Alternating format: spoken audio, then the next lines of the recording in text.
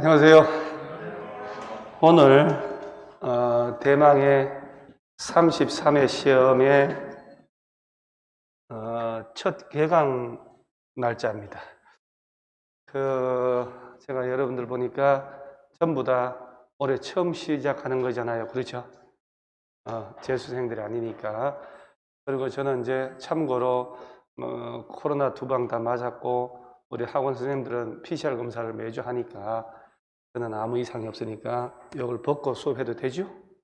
그래야 전달이 잘 돼요. 우리 수업을 오늘 첫 수업인데 제가 전체적인 걸 얘기를 좀 하고 우리 과목별로 특징을 얘기하고 우리 과목 한번 들어가 볼 테니까 우리 시험이 우리가 이제 올해 다 처음 하시니까 하루에 지난번에만 설명해 오신 분들은 알지만 안 오신 분들이 있으니까 매월 10월 마지막 주 토요일 날 1년에 한 번 시험 봅니다. 시험 보는데 1차, 2차를 한 방에 봅니다. 다 객관식이에요. 그래서 여러분들이 지금 시험장 간다 하면 제가 이걸 얘기를 하면서 1년 동안 뭘 내가 포인트를 둬야 합격할지를 내가 얘기해 드릴게요. 어디에 문을 좀 닫아 버리든지 해야 되는데 아침 9시까지 그 문 닫아 버리세요. 문 닫아. 아침 9시까지 입시를 해야 돼요. 입시해서 9시 반에 1차 시험 부동산 개론 40문제, 민법 40문제를 80문제를 100분 동안에 다 봐요. 한 문제당 1분 20초를 주는 거죠. 다 시험을 보고 OMR 카드를 제출을 해요. 그리고 거기서 이제 1차가 끝난 거예요. 문제는 내가 가지고 있고. 11시 10분에 끝나니까 12시 30분까지 입실해서 오후 1시부터 다시 2차 과목을 시험 봐요. 2시간 정도, 1시간 반 정도 실질적으로 여유가 있어요. 이럴 때 간식 같은 거 점심 간단하게 먹으라는 얘기예요. 그래서 이렇게 주는 거예요, 이렇게. 그래서 몇 년 전만 해도 2차를 1교시, 2교시 안 나누고 한 번에 봤는데 그러다 보니까 120문제를 150분 동안에 보니까 2시간 30분. 너무 긴 거예요. 그래서 이건 좀 문제 있다 해서 한 몇 년 전부터 이렇게 바꾼 거예요. 훨씬 더 좋아졌죠. 그래서 1시 반부터 2시 40분까지 2차 1교시에서 중개사법령 실무 40문제, 공법 40문제에서 80문제를 또 봐요. 그리고 OMR 카드를 제출합니다.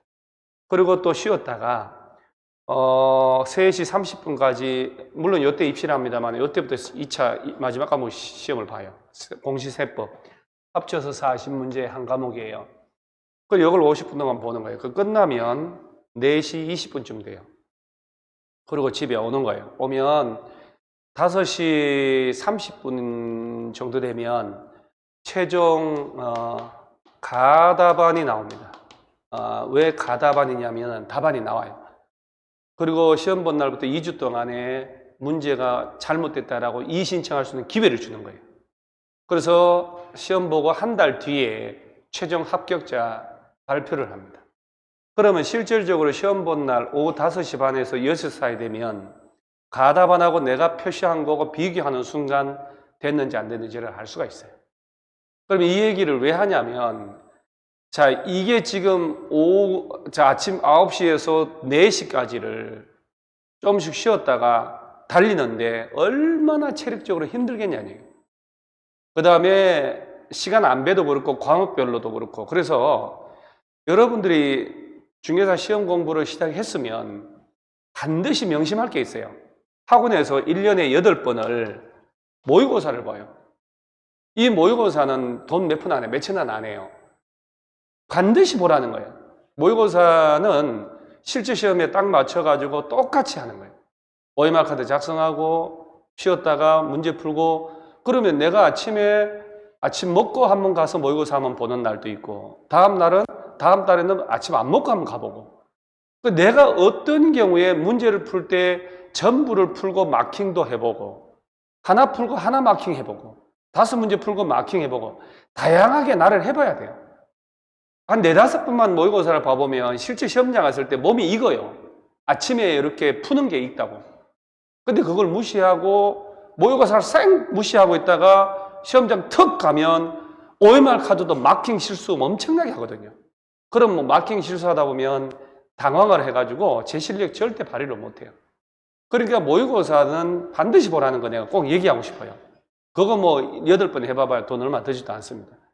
그러니까 모의고사를 반드시 보고 나를 먼저 알아야 돼요. 내 몸의 상태를, 내 몸을, 나를 먼저 알아야 돼요. 그래서 이렇게 1, 2차를 한 방에 딱 본다는 거예요. 딱 봤을 때 이런 건 의미가 없으니까 시험을 딱 보고 한 달 뒤에 100점 만점에 평균 60점 이상이면 합격. 자격증을 획득을 하는 거예요. 자격증 시험이에요. 공무원 임용 시험이 아니고, 즉 얘는 절대평가라는 얘기예요. 상대평가로 바뀐다라고 해서 내후년부터 해서 상대평가로 바뀌면 골병 들어요. 지금은 평균 몇 점이면 60점. 다 합격이에요. 10,000명이든 20,000명이든. 그러니까 지금은 여기에 맞춰서 풀 수 없는 부분은 잘라내고 늘상 나오는 걸 계속 돌리면 합격은 할 수 있어요. 상대평가로 바뀌기 전까지는. 상대평가로 가면 등수를 뽑기 때문에 공부를 무지하게 해야 되는 거예요. 그리고 학생들끼리도 엄청 경쟁을 하는 거예요. 서로 막 절대 안 가르쳐주고. 지금 막 가르쳐주고 하거든요. 배워주고 이렇게. 과목별로 40점이 안 되는 게 하나라도 있으면 그 유명한 과락이에요. 그럼 아까 얘기한 1차 민법에서 37.5가 나오고 나머지 전부 평균 70점 나왔다. 탈락이에요. 그래서 무조건 과목별로 40점 이상은 획득을 하고 평균 몇 점? 60점. 60점은 40문제 중에 24개 맞히는 거예요. 과락은 16개 맞히는 거예요. 16개. 1년 내내 학원 공부해서 16개도 못 맞히면 뭔가 문제 있는 거죠. 16개면 기본적인 거 나오거든요. 기본적인, 아주 기본적인, 되게 쉬운 거 많이 나오거든요. 어려운 것도 나오지만. 그리고 그날 시험 봤는데 1차는 65점 나왔다. 근데 2차가 55점 나왔다. 합치면 60점 넘죠? 최종 합격일까 아닐까요? 아닙니다. 그렇지, 따로따로 해야 돼요. 그래서 1차 합격했는데 2차 떨어지면 다행히 그 다음에는 1차 면제, 2차만 하면 돼요. 거꾸로 얘가 55점 나왔는데 얘가 70점 나왔다, 평균 2차가. 그럼 2차는 합격했으니까 1차는 떨어졌으니까 그 다음에 2차를 면제해주는 제도가 있을까 없을까요? 없습니다. 그거는 없습니다. 근데 내가 볼 때는 이 공인중개사 시험이 지금 이 통계가 나오는데 봐봐봐요. 합격률이 거의 대부분이 20대, 30대가 60%예요. 이건 뭔가 잘못되고 있는 거예요. 나라의 미래가 잘못되는 거예요. 올해 시험 응시 원서 낸 사람들이 얼마인 줄 아세요? 올해 시험 응시 원서가 40만 8천 명. 40만 8,492명. 40만 8,500명. 이 말이 돼요? 공인중개사 자격증 시험에 40만 명이 접수를 한다는 게 말이 되냐 이 말이에요. 말이 안 되는 거예요. 이거 나라 장래를 위해서도 잘못된 거예요. 왜 이런 일이 벌어지냐 하면 왜 이렇게 이 30대가 이렇게 많냐? 왜 그럴까? 불안한 거예요. 일자리가 없는 거예요. 일자리가. 그 다음에 부동산 아파트 값 지금 요새 몇 년 동안에 엄청 오르잖아요. 야, 부동산 이거 돈 되겠다 하는 거예요. 그러니까 내가 볼 때는 제도를 좀 바꾸는 게 내 개인적인 생각이에요. 개인적인 생각이 60이 넘으신 분들은 과목별로 합격을 한 점수가 넘어가면 그 사람들은 갈 때마다 그 과목을 면제해 주는 거예요. 좋은 생각 아니에요? 이 중개사 자격증은 60 넘으신 분들이 우리나라를 위해서 젊은 청춘을 이 젊은 청춘 희생해서 우리나라에 이만큼 올려놓은 게 70, 80, 60 넘으신 분들이에요. 뭔가 해줘야 돼. 그래서 60 넘으신 분들은 60점 넘는 게 이 중에 야가 60점 넘었고 얘가 넘었다. 요 세 과목. 그러면 그 다음에 얘 면제. 그 다음에 야가 넘었다. 면제. 될 때까지 다 면제해 주는 거예요. 어때요? 좋은 방법이에요. 50대는 객관식 문제로 오지선다 그대로 내고 40, 50대까지는 30대, 20대는 영어를, 외국어를 넣는 거 어때요? 이런 얘기하면 총각들이 나를 째려봅니다. 자, 이건 어디까지나 조크입니다. 조크. 근데 60 넘으신 분들한테는 과목별로 6점 넘어가면 면제를 다 해주는 것은 제 개인적인 생각으로 정말 둡니다. 근데 이 제도가 50대 이후에 사람들이 부동산 중개업을 통해서 제2의 인생을 살아가는 제도로 처음에 만드는 거예요. 근데 지금은 저렇게 이 30대가 목숨을 거는 제도로 만들어 왔어요. 그래서 중개업은, 난 중개업 저거 특별한 전문적인 영역 아니면, 나 이 30대는 안 했으면 좋겠다는 생각 들어요. 이 30대는. 엄청납니다. 지금 더 해. 그러니까, 야, 이 나라가 옛날처럼 저희 대학 다닐 때는 대학 졸업하면 애지가 없다. 다 취직 다 됐었어요. 그때 뭐 역동적이었기 때문에 일자리가 엄청 많았고 기업들도 막 일자리 엄청 만들고 막 공장 짓고 막 일 막 했는데 기업을 막 창업하고 지금은 아닌 것 같아요. 지금은. 그래서 지금 보면 40대가 사실 제일 많아요. 40대. 원래 이 자격증은 50대, 60대를 위한 자격증인데 자, 그 다음에 이런 것들은 지금 뭐 얘기할 필요 없고 이게 지금 문제입니다. 문제. 상대평가로 바꾼다라고 국토교통부에서 지금 작업을 해요. 상대평가라는 것은 사법시험처럼 등수 정해놓고 몇 명, 그 안에 들어간 사람만 합격. 그러니까 평균 75점 나와도 떨어질 수 있는 제도가 바로 상대평가예요. 이거 왜 이렇게 될까 하면 집값이 그작년 2, 3년 동안 엄청 올라내니까 국민들이 막 불만 팽배하니까 그거 중개업자들이 그거 농간을 부려서 그렇다라고 또 몰아가니까 중개업자들이 또 반발하거든. 이걸 또 풀어줘야 되니까 그러면 상대평가를 바꿔서 공인중개사를 덜 합격시킬게 공인중개사 너희들을 위해서 이렇게 되는 거예요. 이건 세계적으로 역행하는 제도예요. 미국이든 어디든 선진국들은 자격증은 따기는 쉽게 그런데 경쟁은 치열하게 라고 만든 제도로 가는데 우리나라는 거꾸로 가잖아요. 말도 안 되는 거예요. 그래서 요건 아마 뭐라고 하냐면은 빨라도 내후년. 그러니까 여러분들이 33회니까 내년. 그리고 내년에 후년 또 한번 후년. 내후년이니까 아마 올해가 2021년이죠. 여러분들 2022년도 본단 말이에요.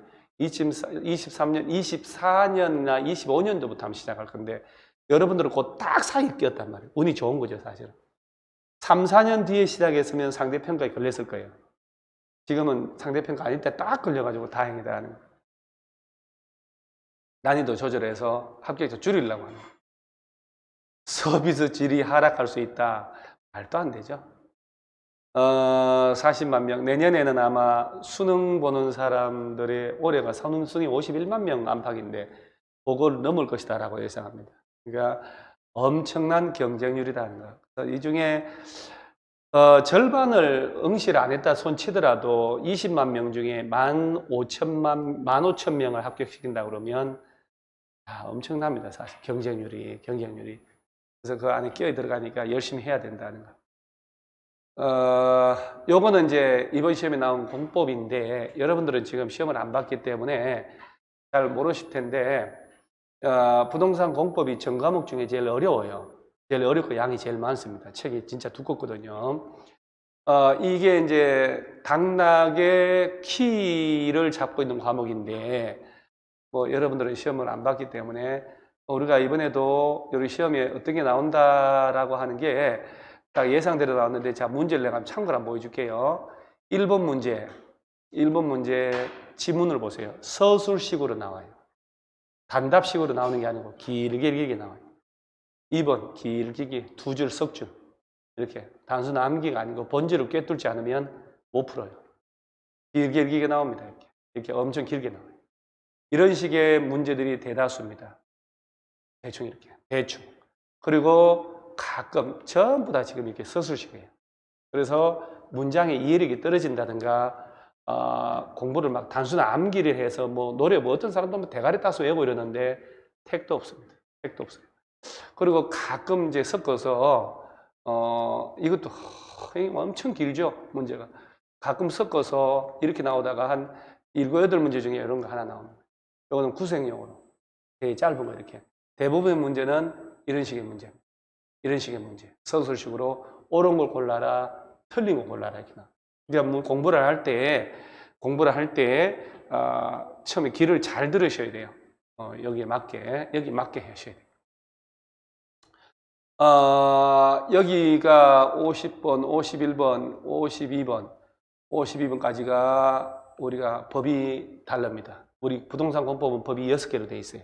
그래서 제1장에서 국토의 계획 및 이용에 관한 법령인데 여기서 12개가 나오는 거예요. 12개가. 그러면 올해 시험 나온 거하고 뒤집어서 5년치 또는 10년치 기출문제를 분석을 하고 시험장 딱 가면 시험 문제 예측이 가능합니다. 그 다음에 요거는 2장은 도시개발법 6문제 나옵니다. 6문제가 이렇게 나와요. 전부 다 사실은 서술식이에요. 서술식 문제. 그리고 한두 문제가 단답식이에요. 단답식은 뭐 거의 100% 맞춰야 되고 요거는 이제 도시정비법, 재건축, 재개발하는 거예요. 재개발, 재건축하는 것. 그 다음에 여기 건축법. 여기 6문제 나오고 여기 주택법이라고 7문제. 여러분들 전혀 평생 안 배운 것들이에요. 여기서 7문제가 딱 출제가 되고 그 다음에 건축법이 나와요. 건축법에서 7문제가 출제가 돼요. 여기서부터 7문제. 그리고 얘가 딱 끝나면 농지법에서 이렇게 건축법이나 국토법은 이런 식으로 케이스식 문제도 나와요. 케이스, 사례식이라고. 로스쿨에서 배우는 거죠. 이런 문제가 해결이 되려고 그러면 실력이 조금 짱짱해야 된다는 거. 시간을 깨먹게 하려고 하는 문제거든요. 그 다음에 여기 이제 77번, 8번까지 나오면 농지법 2개가 나와요. 그러니까 부동산 공법에서 농지 관련된 것도 배우고 80문제까지 2문제가 이렇게 그런 부동산 공법이 끝납니다. 이렇게. 우리 시험은 여러분들 머릿속에 요걸 한번 보여줄게요. 뭐 과목별로 이거는 뭐 특별하게 의미가 없는데 여기서 제가 2가지 아까 처음에 명심하셔야 될 게 모의고사 반드시 봐야 된다. 모의고사를 보고 나를 파악하셔야 돼요. 그리고 과목별로 점수 몇 점 나오고 매달 점수가 어떻게 올라가는지. 그 다음에 내가 특정 과목은 내가 너무 어려워. 특정 과목은 자신이 있어 라는 게 생겨요. 그래서 모의고사 반드시 보고 그 다음에 저 기출문제. 저 기출문제를 그렇게 얘기를 해도 기출문제를 분석 안 하고 시험장 가는 그런 무대포인 사람이 어디 있냐 말. 모든 국가고시는요. 의과대학 학생들도 의대 학생들도 의사 국가고시 보거나 의과대학에서 볼 때는 기출문제 족보라고 해요. 족보 다 외우고 갑니다. 그러니까 사법시험이든 지금 로스쿨 모든 국가고시 7급 9급 어떤 시험이든 10년치 기출문제만 몇 번 풀고 가면요 절대 안 떨어집니다. 절대 안 떨어져요. 그래서 우리가 연말에 국회에서 부동산 관련된 법이 개정이 많이 돼요. 그러면 그걸 반영해서 아마 1월 말쯤에 과목별로 기출문제집이 나오거든요. 그럼 기출문제집이 나오면 여러분 기출문제집을 미리 좀 나오자마자 사가지고 그걸 시험장 갈 때까지 달달달 계속 진도에 맞춰서 해보는 거예요. 계속 풀어보는 거예요. 특강도 하지만 가장 중요한 겁니다. 사실은 기출문제. 저 3회독이라고 그러지만 내가 볼 때 한 7번은 봐야 된다. 기출문제 막 책이 너덜너덜할 정도로. 그리고 최선을 다해야 됩니다. 사실은. 그 다음에 암기하고 뭐 하다 보면 되긴 되는데 요거 11월 12월 달은 좀 이따 진도 나옵니다만은 괜찮으니까 안 해도 되는데 1월 달부터는 그날 배운 진도만큼을 여러분들이 연장 노트 하나 사가지고 정리를 한번 해보는 거예요. 연필로 요약 정리를. 그러면 그때 뭐가 되냐면 용어가 외워집니다. 용어가. 그 다음에 손이 고달플 때 틀이 잡혀집니다. 우리가 이제 진도가 어떻게 되냐면 입문이 뭐냐면 11월, 12월 우리 지금 코스 2달 동안에 오늘 우리가 나오는 게 공법책인데 요 부동산 공법 요 교과서를 처음부터 끝까지 2달 동안 다 수업을 해줍니다. 물론 100% 레벨에 맞추면 여러분 토 나와서 안 돼요. 70% 레벨에 맞춰서 틀을 싹 잡아주고 다시 1월 달부터 또 2달 코스로 이걸 다시 해요. 잘 들어보셔요. 다시 하는 거예요. 그러면 첫 번째 했을 때는 낯설지만 이걸 2번째 수업할 때 좀 낫겠죠. 여러분들을 기준으로. 여러분들은 처음부터 시작하니까. 그러고 난 다음에 1월, 2월 달 기초 강의는 한 75%에서 80%. 그 다음에 기본 강의라는 게 3, 4월 달. 사실은 내가 볼 때 1월달, 2월, 3월, 4월 이때 제일 중요한 것 같아요. 3, 4월 달에 다시 요걸 해요. 다시 요걸. 그래서 85% 레벨에서. 그러면 이게 1월, 2월, 11월, 1월 코스 두 바퀴를 돌고 3, 4월 달 다시 하니까 그때는 훨씬 더 그때 조금 알아들어요. 그때 조금씩 알아들어요. 여러분들은 뭐 알아듣는 게 어렵다고 아니에요. 다 전부 다 법이에요. 법. 그 다음에 드디어 심화라고 해서 5, 6월 2달 동안 5, 6월 달. 요게 이제 요게 입문 강의가 11월 달, 12월 달. 기초 강의가 1월, 2월 2달 코스로 3월, 4월. 요게 이제 5월, 6월 2달인데 이게 이제 100% 레벨에 맞춰서 수업을 하는 거예요. 완전 뭐 정글의 법칙처럼. 그러고 난 다음에 요약정리지만 사실은 요약이 아니고 객관식 문제풀이. 그래서 요렇게 해서 지금 한 번, 두 번, 세 번, 네 번은 돌아가야 문제풀이 할 수 있는 역량이 좀 생겨요. 요 객관식 문제풀이 2달 하면 그때는 이제 애지간한 문제를 다 섭렵을 하니까 혼자 풀 수 있는 약간 역량이 좀 힘이 좀 생깁니다. 이렇게. 그럼 문제풀이는 해야죠, 기본적으로. 그리고 요건 뭐냐면 식국테라는 것은 시험에 꼭 나오는 테마별 특강 해서 주제별로 꼭 나오는 걸 정리해주고 동형 문제라고 해서 요 9, 10월 달에 하는 건데 마지막이라는 얘기 아니에요. 동형이라고 하는 것은 실제 시험과 동일한 모형의 문제를 매주 40문제씩 풀게 하고 해설해 줍니다. 40문제. 그러면 전 분야를 매일매일 하는 거예요. 이 과정이 딱 끝나고 10월 마지막 주 토요일 날 시험장으로 전쟁하러 갑니다. 전쟁을 하러 가는 거예요. 이게 1년 코스인데 금방 갑니다. 정말 금방 갑니다. 어떻게 빨리 간지 모릅니다. 그래서 이렇게 해서 2달 코스로 여러분들은 볼 때 요때쯤 가야 과목별로 강의 내용이 이렇게 아마 들어오지 않을까 그런 생각 들어요. 그래서 한 넉 달 정도는 당연히 힘들다 생각을 하셔야 돼요. 넉 달. 처음부터 뭐 비단길로 쫙 펼쳐가지고 뭐 떠먹여주고 택도 없습니다. 그래서 부동산 학개론 과목 빼고는 전부 다 과목이 뭐냐? 법률이에요, 법률. 이 법률도 법과대학에서는 안 가르치고 대학원에서 가르치는 것도 꽤 있습니다. 그리고 사법시험하고 똑같은 내용도 있고 그래서 어렵다, 열심히 해야 된다 생각을 하셔요. 운전면허처럼 쉬운 거는 아니라고 알고 있죠, 여러분? 운전면허 뭐 그래 생각하는데 택도 없습니다. 택도 없습니다. 운전면허 그거야 뭐 요새도 그렇게 보나? 위로 넘기는 거 문제집 있잖아요, 운전면허. 문제집 하나 사가지고 답 체크하고 한번 쓱 하루 이틀 읽어보면 가서 뭐 65점, 70점 나와서 합격하고 그렇게 하는 거 아니에요, 요새? 운전면허 시험? 안 본 지 하도 오래돼서. 그거하고 약간 격이 다릅니다. 격이. 완전 달라. 참, 그 다음 할 수 있다. 이 믿음. 여러분들 앞으로 어차피 자격증 필요해서 왔는데 정말 하지 말아야 할 게 있어요. 하지 말아야 할 거. 제가 저는 평생 직업이에요. 저는 솔직히 제 이력이 대학 교수 하려고 석사, 박사까지 했는데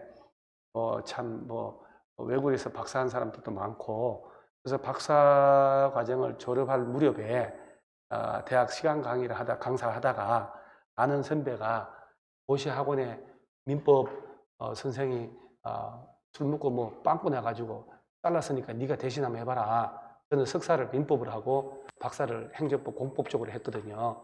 그래서 알바 삼아서 돈에 눈이 멀어가지고 강의를 처음 했어요. 사설학원은 대학 강의보다 훨씬 많이 주니까 나 때는.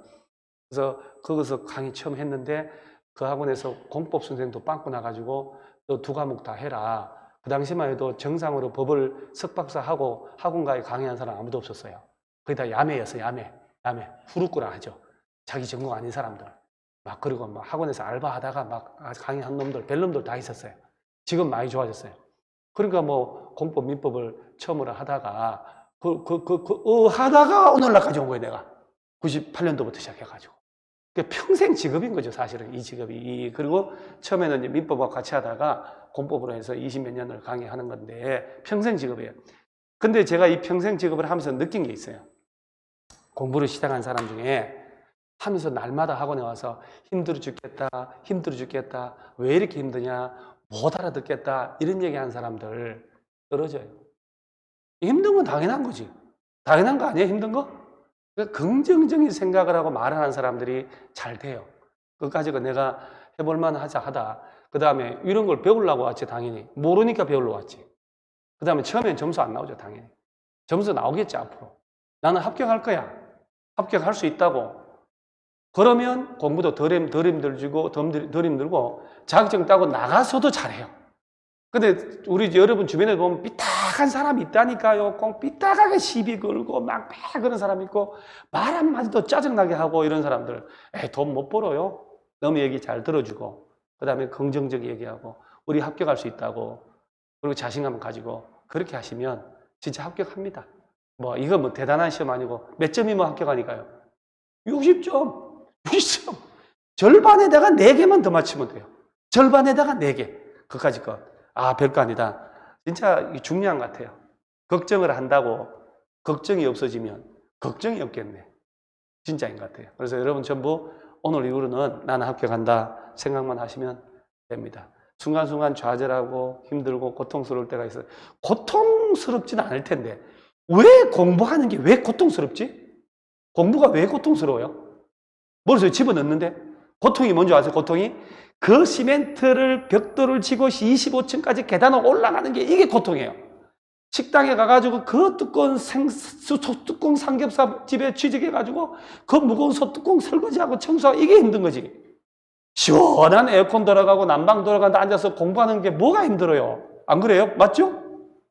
그럼 건강하니까 이게 어서 공부하잖아요. 지금 병원에 누워서 이렇게 한 사람 얼마나 많은데요. 건강하니까 먹고 살만하니까 나 공부하는 거다. 그러니까 하나님한테 부처님한테 기회를 줘서 감사하다고 매일매일 저는 뭐 그런 생각 하거든요. 여러분들은 반드시 합격할 수 있다.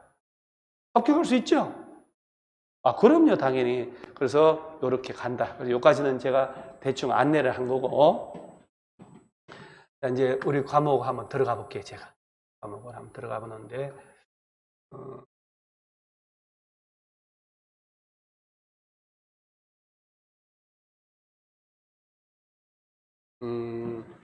우리 교과서를 한번 펼쳐보세요. 우리 과목이 부동산 공법이라는 과목이에요. 2차 과목이 2차 과목. 근데 여러분들이 지금 이제 처음인데 나중에 이제 부동산 공법을 공부를 좀 오늘 아마 첫 시간만 지나도 야, 저걸 우리가 알아야 되겠구나 하는 생각이 막 무르무르 올라올 겁니다. 아, 부동산 공법 과목이 40문제 중에 정말 전체 중에 제일 어려운 과목인데 2장 넘어가서 목차를 한번 보세요. 목차를 보면 컨텐츠 목차 있죠? 자, 일단 여러분 이렇게 아셔야 돼요. 부동산 공법이라는 것은 과목의 이름이에요. 부동산 공법이라는 것은 과목의 이름이고 그 부동산 공법 과목이 40문제를 출제를 하는데 법률이 6개로 되어 있어요. 6개. 6개로. 그래서 제1장 북토의 자 보세요. 이 법 제목을 한번 떠들어 보세요. 무슨 법이요? 떨어져 있으니까 괜찮아요. 마스크도 썼으니까. 여러분들 내가 공부할 때 한 거를 부탁을 할게요. 지금 딱 앉아 계신 여러분 중에 우리 총각 모자 쓴 사람도 총각 맞지? 아니요? 총각이라고 해줘. 총각 같아 보인다. 저 뒤에는 진짜 총각 맞지? 그래. 요 세 사람 총각 빼고는 우리가 암기가 될 나이가 지났어요. 암기 안 됩니다. 아까 전화 통한 사람 누구지? 이럴 나이입니다. 40 넘어가면 불혹이라 안 되는데 여러분들이 단시간에 성적을 올리는 방법 법률은 용어, 문장 이해 안 되고 용어를 못 외우면 택도 없습니다. 입으로 떠들으세요. 입으로 떠들어야 됩니다. 암기는요. 입으로 떠드는 게 최고입니다. 이건 교육 전문가도 누구나 그건 저는 제가 직접 실험도 다 해봤어요. 옛날에. 그래서 수업 시간에 한번 떠들어 보세요 라고 하면요. 떠들어 봐야 됩니다. 자, 내가 만약 이걸 툭툭 넘기고 난 다음에 자, 법이 몇 개인가요? 어떤 법인가 물어보면 하나도 기억 안 나거든요. 그런데 자, 입으로 한번 떠들어 보세요 라고 하고 물어보면 기억이 나요. 신기합니다. 정말로 입으로 큰 소리 집에서 공부할 때도 큰 소리로 떠들으면서 손으로 메모하면서 공부를 해보세요. 넉 달이면 탄탄해집니다. 자, 제1장 무슨 법이요? 국토의 계획 및 이행에 관한 법령. 법 제목도 못 외우고 객관식 문제 푸는 건 말이 안 되잖아요. 여기서 12개가 나옵니다. 12개가. 12개가 딱 나오는데, 아니, 그건 쓸 필요는 없지요. 각 법마다 몇 개씩 나오는지 다음 주 고르시오. 안 나오니까. 저절로 세월이 가면 알게 돼요. 12개 나오는데 40문제가 아까 문제 잠깐 봤습니다만은 1번부터 12번까지가 예입니다. 그럼 여기서 만약에 7, 8개 이상을 10개 정도 못 맞히면 뒤로 가면 멘붕 옵니다. 무조건 잘해야 돼요. 얘는 예상한 대로 시험 나옵니다. 한두 개 빼고는. 예상한 그대로 시험 나옵니다. 따라서 제1장은 여한 일이더라도 아주 근데 너덜너덜 할 정도로 공부를 해야 됩니다. 그리고 보세요. 법 제목이 뭐라고 되어 있냐면, 지금 뭐라고 되어 있어요, 지금? 국토. 국토를 뭐 한대요? 계획하고, 뭐 한다고? 이용한대요. 그러니까 우리나라 전체에 대한 적용하는 법이 바로 이 법이에요. 그래서 국토라는 단어는 아무 법이나 못 넣어요. 얼마나 중요한지 모릅니다, 이 법이. 그래서 12개가 나오고. 자, 제2장은 무슨 법이요? 이게 우리 지금 뭐 여러분 저거 왜 성남의 대장동 특혜 뭐 나오잖아요. 그 뭐 남모 변호사가 1억 좀 안 되는 돈을 투자하고 1,000억을 배당을 받았다. 그런 뉴스 나왔잖아요. 난리 났잖아요, 지금. 그다음 여기 마곡 신도시라고 들어봤죠? 강서구 마곡동. 그다음 판교 신도시라고. 마곡 신도시 개발 사업이 바로 이 법에 따라 시행하는 거예요. 도시개발 사업이에요. 도시개발 사업. 궁금하지 않아요? 어떻게 돌아가는지?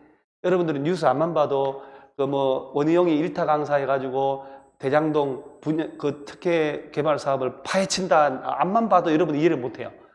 나는 그걸 딱 보고 난 다음에 야, 나는 내 전공이니까 기가 막히다. 원희용 씨가 머리도 워낙 좋은 사람이지만은 제주도지사를 했기 때문에 그 시스템을 지방행정을 안단 말이에요. 그 대장동이 어떤 식으로 개발됐는지 파헤치는데 야, 내가 집중을 제가 강의한 그대로 나오거든요. 이 도시개발 사업을 한 거예요.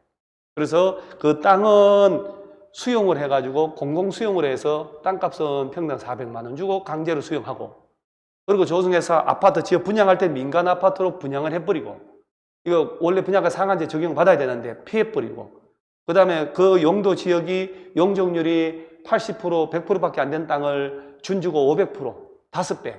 그 다음에 막 3종 일반적으로 용도 변경해서 땅값 무지하게 뛰게 만들어지고, 그 다음 아파트 지어서 엄청나게 이익이 발생하고, 그 이익을 자기들이 다 가져가고, 그거 이제 정확하게 이 법에 따라서 실시된 거예요. 그래서 그걸 분석을 하는데 아, 기가 막히다라고 하는 생각 들었거든요.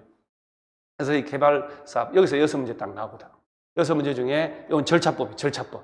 그래서 한 3개, 4개 마치고 3장이 자, 무슨 법이요? 도시 및 주거환경 정비법. 처음 들어보죠? 이 법 처음 들어봐요? 아, 괜찮아. 뭔 얘기든 마음대로 해도 돼요. 공법 시간, 참고로 제가 이 학원의 원장이니까 안 잘립니다, 저는. 그러니까, 여러분들은 정말, 여러분 지금 몰라요. 공인 중에서 시험 합격한 100명을 물어보세요. 무슨 과목이 제일 어렵고 힘들었냐? 부동산 공법. 무슨 과목이 실무에서 제일 필요하냐? 부동산 공법입니다. 그러니까 공법은 모든 학생들이 과락만 면하면 되는 과목인데, 여러분들은 내가 직접 이 학원의 원장이니까 얼마나 많은 수업을 하겠냐 이 말이에요.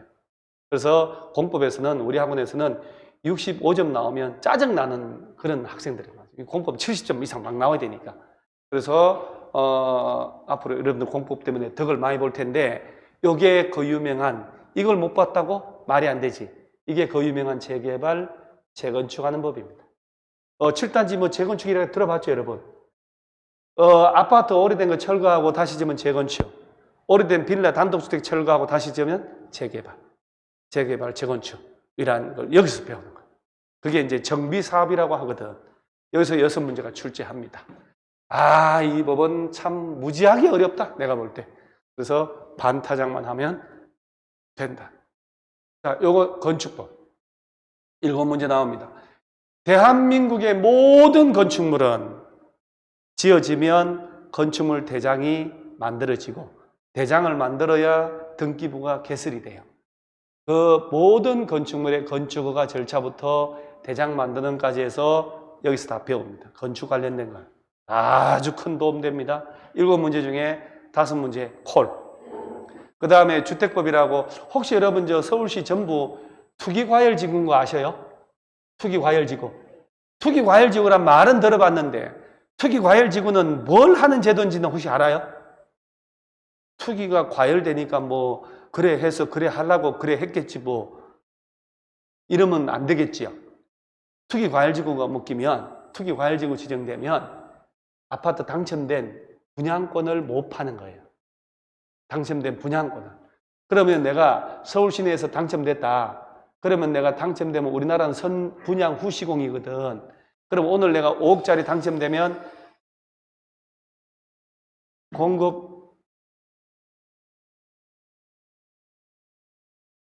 공급 계약을 체결해요. 아, 조용히 하는 게 좋네. 그 투기과열지구 안에서 내가 당첨됐잖아요. 그럼 5억짜리면 계약을 할 때, 당첨 계약할 때 5천만 원 10%를 들어가요. 그리고 중도금 들어가고 다 짓고 잔금 치르고 내 명의로 등기가 떨어져요. 그게 한 2년 걸려요. 그럼 내가 당첨자로 발표된 날부터 그 2년 동안이 분양권이잖아, 분양권. 그죠? 그걸 못 파는 거예요. 분양권을 못 파는 거예요. 그러면 이제 그 투기과열지구가 뭐냐? 분양가 상한제란 말 들어봤죠? 분양가 상한제. 분양가 상한제 아파트를 받으면 좋은 것과 나쁜 것과, 여러분요, 느낌에 그냥 뭐 아는 게 뭐가 있겠어요. 그냥 밥 먹고 와서 육신이 앉아 있는 건데 아무것도 몰라. 오늘 첫날이잖아, 첫날. 여러분 선생마다 다 달라요. 가장 자유롭게 편안하게 강의하는 것은 오늘입니다. 내일부터 한번 봐봐요. 아니에요, 엄숙합니다. 어깨 힘 빡 들어가고. 그래서 그런 사람 다 이해해 주세요. 그러면 분양가 상한제 아파트라는 것을, 분양가 상한제라는 것은 국토교통부에서 정해진 평당 분양가보다 비싸게 팔지 말라는 얘기예요. 그 분양가 상한제 아파트를 당첨되면 좋은 거 나쁜 거? 좋은 거잖아요. 주변 시세보다 싸게 받은 거 아니에요 지금? 여러분 34평 아파트가 주변 시세가 10억인데 나는 7억에 당첨됐다니까? 7억? 그럼 차익이 얼마요? 3억. 여기 신월동에 가면 신정 내거리역 옆에 힐스테이트 저거 재개발한 곳이잖아요. 막 그 동네 옛날 빌라 장난 아니었어. 재개발했는데 저 재개발 조합원 분양 뺀 일반 분양분이 한 20% 넘게 미분양이었어요. 33평짜리가 6억 8천, 6억 5천 미분양이었다니까. 이게 34평짜리가 얼마인 줄 아세요? 17억, 17억이에요. 그러면 조합원이 예를 들어서 7억짜리를 조합원이 가지고 있었다. 17억이면 10억이 올랐다는 얘기인데 몇 년 만에. 저거요, 내 기억에 2년 반 만에, 2년 반 전에 입주를 했어요. 2년 반인가 3년쯤 됐어요. 입주를 하고 3년이 안 돼서 10억이 올랐다 이 말. 10억이면 삼성전자 내가 대학 졸업해서 취직해가지고 10억을 내가 모을 수 있을 것 같아요? 못 모아요. 1년에 5천만 원씩 모아서 20년을 모아야 되잖아요. 10달 치고. 맞죠? 1년에 5천만 원이 통장에 따박따박 저축이 될까? 안 돼요. 좀 1억 모았는데 작은 동생이 교통사고 나서 5천만 원 깨묻고 아버지가 사고 쳐서 깨묻고 뭐 별일이 다 벌어져요. 처남 새끼가 사기쳐가 들어가가지고 변호사 써서 꺼내주고 뭔 일이 벌어져 살다 보면. 그리고 월 500만 원씩 저축을 누가 합니까? 정상 직장 다녀가지고 택도 없거든요. 이 부동산이 신기한 거예요, 사실은. 그러니까 분양가 상한제 아파트를 주변 시세보다 70%에 받았다. 이거 당첨되자마자 3억이 벌어지는 거 아니에요, 지금? 맞잖아요, 그죠? 그러니까 뭐라고 하냐, 분양가 상한제라는 것은 저렴하게 받게 해주지만 그 대신에 분양가 상한제 아파트를 주변 시세보다 70%도 안 되게 받은 사람은 최대 10년간 분양권 또는 주택을 팔아먹지 못한다라고 규제를 하는 거예요. 그런 내용들을 중개업자가 모르고서는 중개업을 하면 힘들죠. 그런 걸 다 여기서 배우는 거예요. 주택법에서 배워요. 그러니까 투기과열지구, 분양가 상한제, 조정대상지역, 그다음 청약 통장, 그다음 전매할 수 있는 것 없는 것 다 여기서 배워요. 그래서 여기서 7문제 나오는데 얘는 정말 열심히 해야 돼요. 여기서 5개 내지 6개 맞춰야 돼요. 그리고 6장의 농지법에서 2개가 나오는데 얘는 그냥 깔끔하게 하나 맞고 하나 틀리고 이렇게 가면 40문제. 자, 우리 다시 한번 볼게요. 부동산 공법이라는 과목인데 이 과목은 법률이 몇 개로 됐다고요? 여섯 개. 자, 혹시 신뢰가 안 되면 제 1장이 무슨 법이었을까요? 네, 요거 여러분 얘기하면 내가 초코파이 드릴게요. 제 1장이 무슨 법?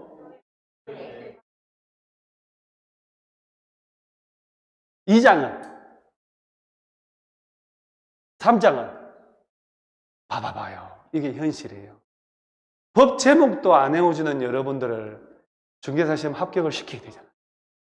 어깨가 묵직하다. 그래서 다시 한번, 자, 1장에 무슨 법이요? 한번 떠들어보세요. 국토를 계획하고 이용하기 위한 법률. 여기서 몇 개 나온다고? 몇 개 나온다고? 12개. 자, 2장, 도시 개발법. 이대로 시험 나오니까 6문제. 3장, 도시 및 주거환경 정비법 6문제. 4장부터는 3글자니까 건축법, 주택법, 농지법 해서 법이 몇 개? 6개에서 파트별로 몇 문제 나오는지 정해져 있다 이 말이에요. 그래서 부동산 공법이라는 틀 속에 법률이 6개가 있는데 이 6개 공법이 왜 어렵냐면 여기서도 조합이 나오고 여기도 조합이 나오고 여기도 조합이 나오고 여기도 채권 나오고 저기도 채권 나오고 저기도 채권 나오고 비슷한 게 막 법마다 다 있어. 무지하게 나중에 헷갈려요. 그래서 얘가 어렵다 이렇게 하는 거예요. 자, 그 다음에 제일 먼저 나오는 게 우리가 자, 요 목차를 받고 한 장 넘겨보면 6페이지 보세요. 6페이지 제 1장 6페이지. 자, 무슨 법이요? 국토의 계획 및 이용에 관한 법률. 자, 그러면 일단은 여기까지 전체 소개했으니까 10분 쉬었다가 찬물 한 잔 묻고 찬물 한 잔 묻는다는 것은 이제 10분 쉰다 이 말이에요. 찬물 한 잔 묻고 계속합니다.